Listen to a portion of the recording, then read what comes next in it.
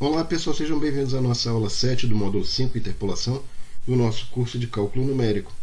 E agora então eu vou fazer o seguinte, eu vou aproveitar tudo que a gente viu nas aulas passadas, em particular o exemplo numérico que a gente viu da aula 6, para construir o nosso programa em Python, fazendo uma validação com o exemplo passo a passo dado na aula 6.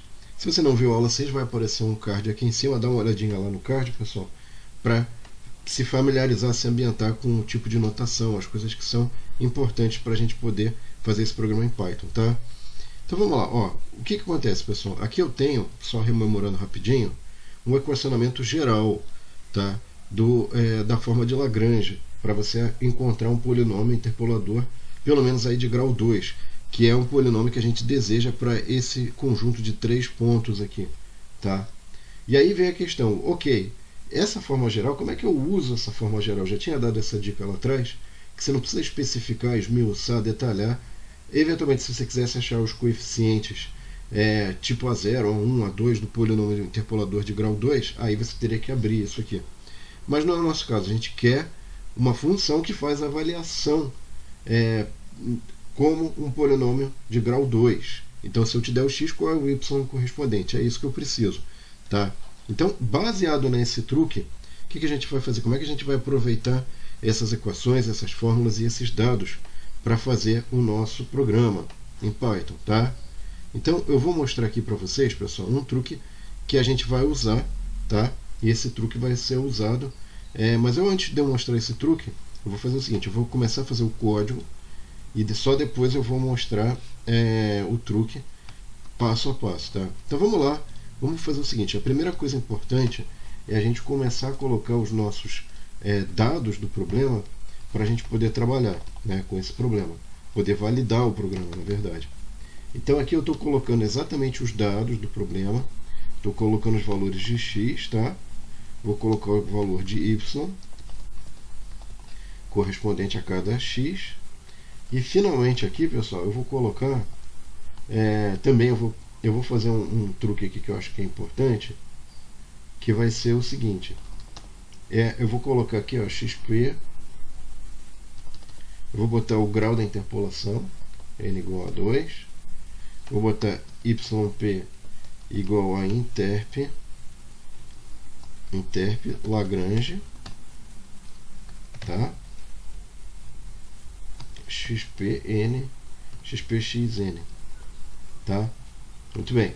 Então agora o que eu vou precisar para fazer a minha função interpoladora? Aqui eu estou pegando, por exemplo, um ponto qualquer, né? Vamos botar um ponto aqui, por exemplo, XP igual a meio, né? Poderia ser meio.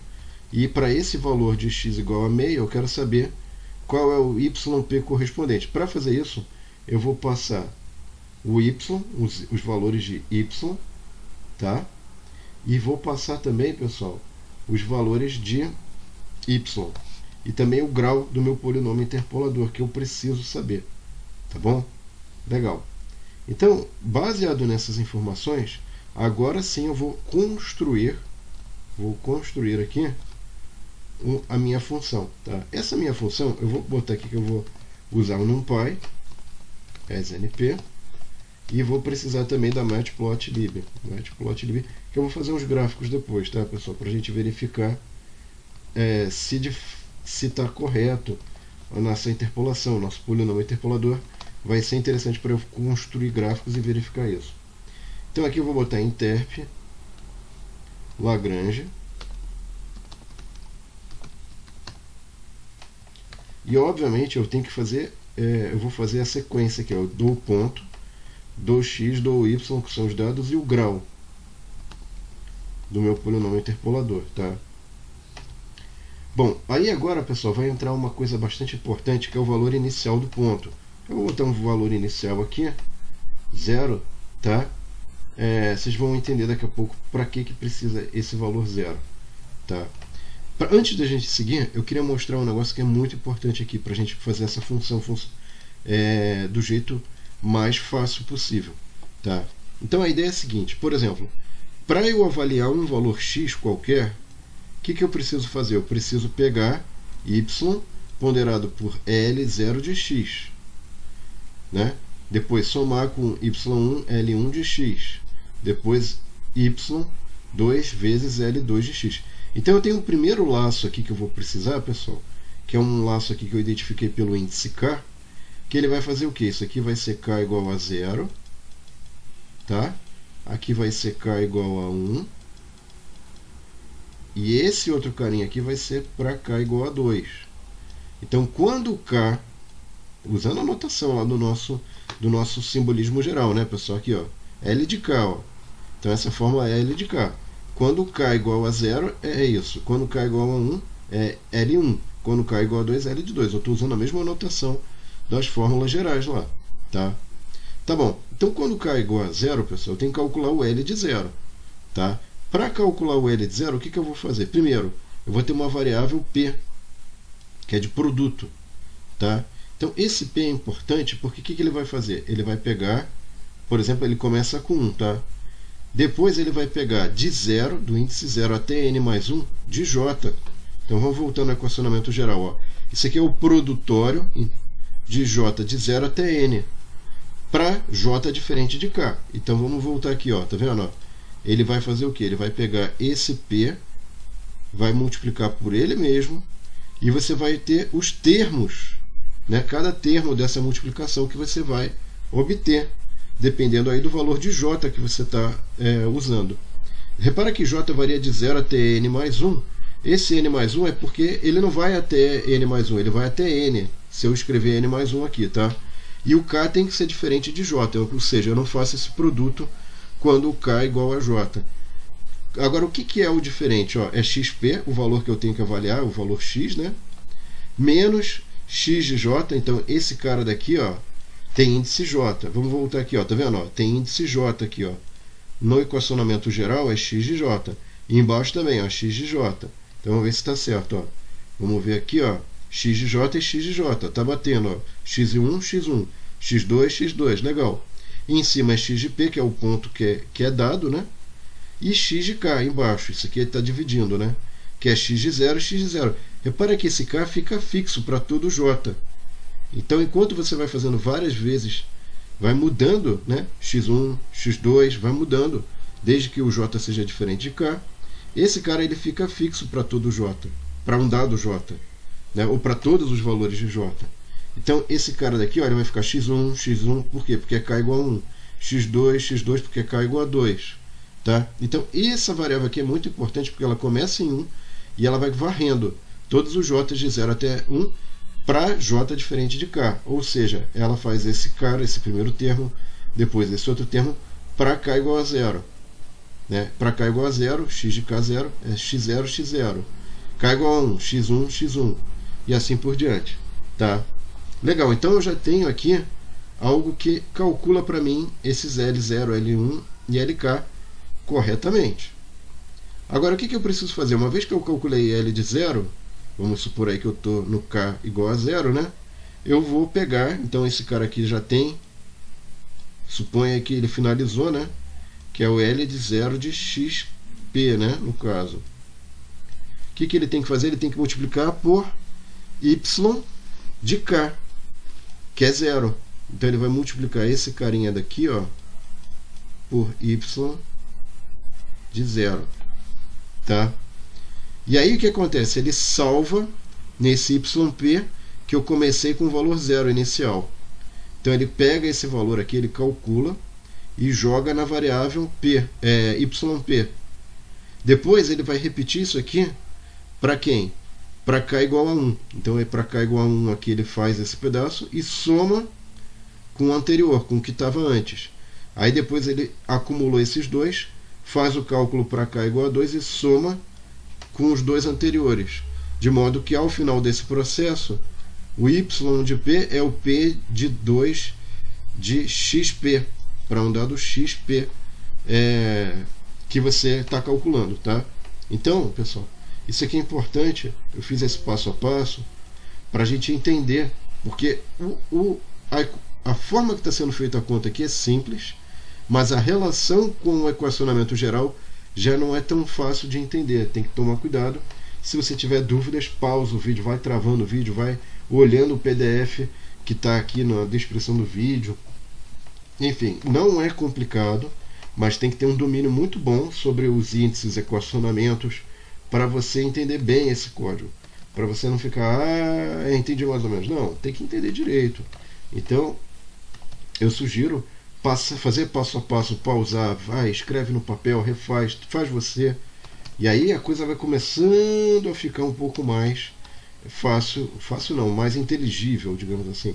Vai ficar um processo mais amigável, você vai se tornando mais amigo da equação, né? Enfim.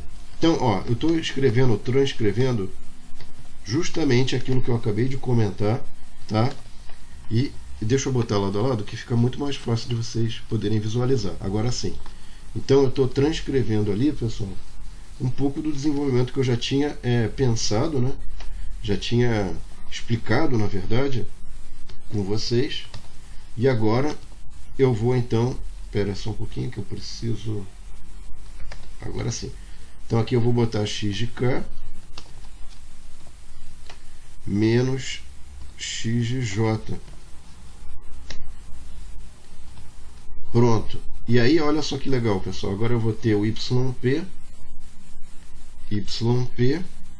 põe o yp aqui, igual a yp mais p vezes y de k.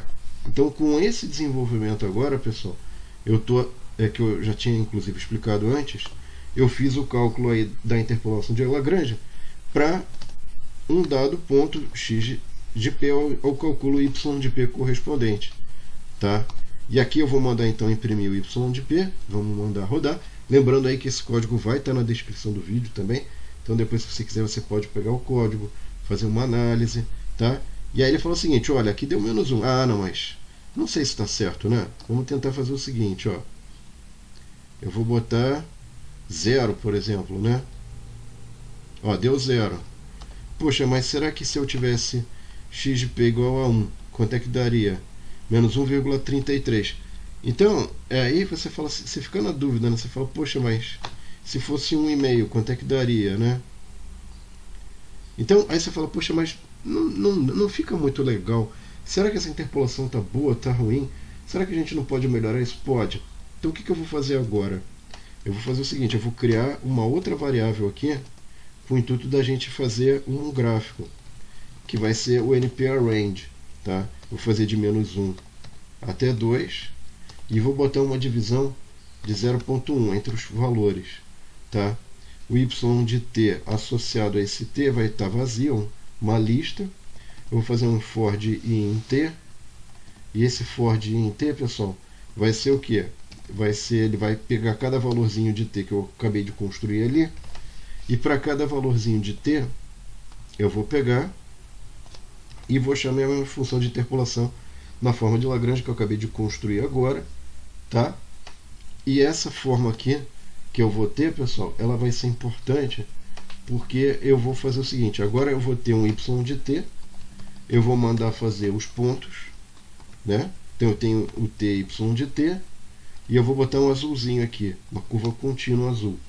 Os pontos dados, que são tabelados, digamos assim, eu vou mandar botar bolinhas vermelhas, tá? E finalmente eu vou colocar aqui, ó, o ponto para o qual eu estou realizando uma estimativa que eu gostaria de destacar, né? Eu vou botar aqui, ó, de verde, VLT show. Pronto. Então com isso agora, pessoal, eu tenho aqui todas as etapas do meu processo, tá? E o melhor é que eu vou conseguir visualizar, eu vou conseguir testar a exaustão, né? Esse processo aqui, tá? Então a ideia com isso aqui é que eu seja capaz, aqui está errado, desculpa, isso aqui não é o T, né? Eu tenho que botar T aqui, pronto, agora sim, por isso que deu errado o gráfico também. Então veja o seguinte, pessoal, em princípio aqui eu vou usar esses pontos para fazer minha interpolação, o x e o y, tá? Para esses, e eu vou avaliar em vários pontos dados por esse t, um polinômio de grau 2, tá? Aqui ele fez esse negócio estranho E aí a questão nossa é que você tem que tomar cuidado. Por quê? Porque você vai fazer a avaliação, né? E no momento que você faz essa avaliação, ele vai retornar um valor. Ele tem que retornar um valor apenas, tá? Por que ele vai retornar um valor apenas? Porque é o que está dado aqui, ó. Ele retorna um valor apenas, tá? O nosso gráfico aqui, deixa eu dar só uma analisada, pessoal. Tá certo a y de t, e aqui tá certo também. O gráfico que está dando problema é o azulzinho, né? Vocês veem que o vermelho deu certo, aqui deu certo. Eu estou analisando aqui por que ele fez essa, digamos assim, essa agregação incorreta, quando ele deveria devolver apenas um único valor aqui. Então deixa eu dar um print aqui. Ok, deixa eu dar só esse print, que eu quero ver por que ele tá adicionando um monte de valores aqui, né? Ah, sim, ótimo. Claro, tá bobagem, né? Veja que eu não vou aplicar t, eu vou aplicar para cada componente i. Agora sim, porque t tem um monte de valores, tá? E aí a parte interessante aqui, pessoal, é que, em princípio, a minha interpolação aqui, ela tá passando pelos pontos, né? Deveria estar passando pelos pontos. Então, só confirmando aqui, ó, eu vou pegar, vai dar xp menos xj, dividido por xk menos xj. Isso aqui é o nosso p. O p está dado aqui, y de p é 0. O nosso y de p está correto aqui, né? Retorna y de p. Os nossos valores aqui de x e y estão corretos. O x de p correspondente está certo também. E aqui a nossa interpolação, em princípio, está correta. Está fornecendo o valor de i, que é o valor onde você quer estimar o polinômio, os valores de x, de y, e o grau está correto também. Enfim, então... Opa, peraí, achei, pessoal. Olha só, é o seguinte, ó. Tá vendo esse return aqui, pessoal? Que está dentro... o que tem esse return dessa função inter-Lagrange? Ele está dentro do escopo desse for aqui. O que significa isso? Significa que eu vou executar esse for para k igual a 0, e ao fazer isso eu vou ter esse comportamento em que o polinômio interpolador passa pelo primeiro ponto, mas não passa pelos demais, tá? Então, para que eu consiga fazer o comportamento do polinômio interpolador de grau 2 ser tal que passa pelos pontos dados, que são os pontos vermelhos, esse return ele tem que estar fora do escopo aqui do for, e aí esse for vai ser executado para k igual a 0, k igual a 1 e k igual a 2. Tá? E aí ele vai achar corretamente os valores dos coeficientes A0, A1 e A2 do polinômio interpolador de grau 2. Então tá vendo? Ó, eu coloquei esse return fora do escopo do for, dentro do escopo da função, mas fora desse escopo de for. E aí agora ele encontrou corretamente o polinômio aqui passando pelos pontos vermelhos. E vocês veem que para o valor x de p igual a 1,5, ele forneceu um valor dentro aí da curva azul que está bem suave, passando pelos pontos vermelhos e sendo suave, tá? Então agora, pessoal, com isso a gente conseguiu completar a aula 7, né? Conseguiu fazer aí o nosso programa que a gente queria em Python com a forma de Lagrange. A próxima aula vai ser o início aí de algumas aulas que a gente vai explorar uma forma alternativa à forma de Lagrange para encontrar um polinômio interpolador, que é a forma de Newton. Essa forma é bem interessante porque a partir dela a gente pode construir fórmulas de estimativa do erro que a gente comete quando a gente utiliza um polinômio interpolador. Então, a gente vai explorar mais essa forma na próxima aula. Espero que vocês tenham gostado. Não esqueçam de curtir e compartilhar esses vídeos para que mais pessoas tenham acesso a esse conteúdo. Obrigado, pessoal. Espero vocês na aula 8, hein? Tchau!